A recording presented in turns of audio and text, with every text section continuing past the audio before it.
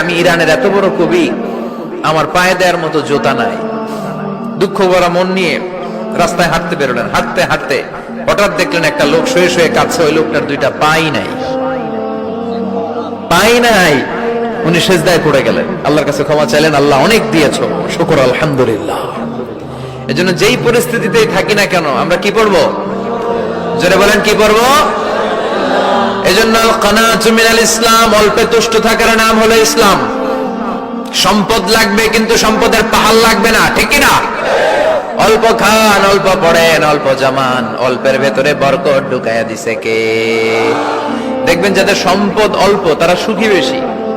জরিপে এটা দেখা গিয়েছে, অনেক সার্ভেতে এটা এসেছে, যারা সম্পদশালী এরা দুঃখী বেশি, এদের দুঃখ বেশি, টেনশন বেশি। খুব স্বাভাবিক, টাকা যার বেশি রোগ তার বেশি, টাকা যার বেশি টেনশন তার বেশি, টাকা যার বেশি ঘরে শান্তি তার কম।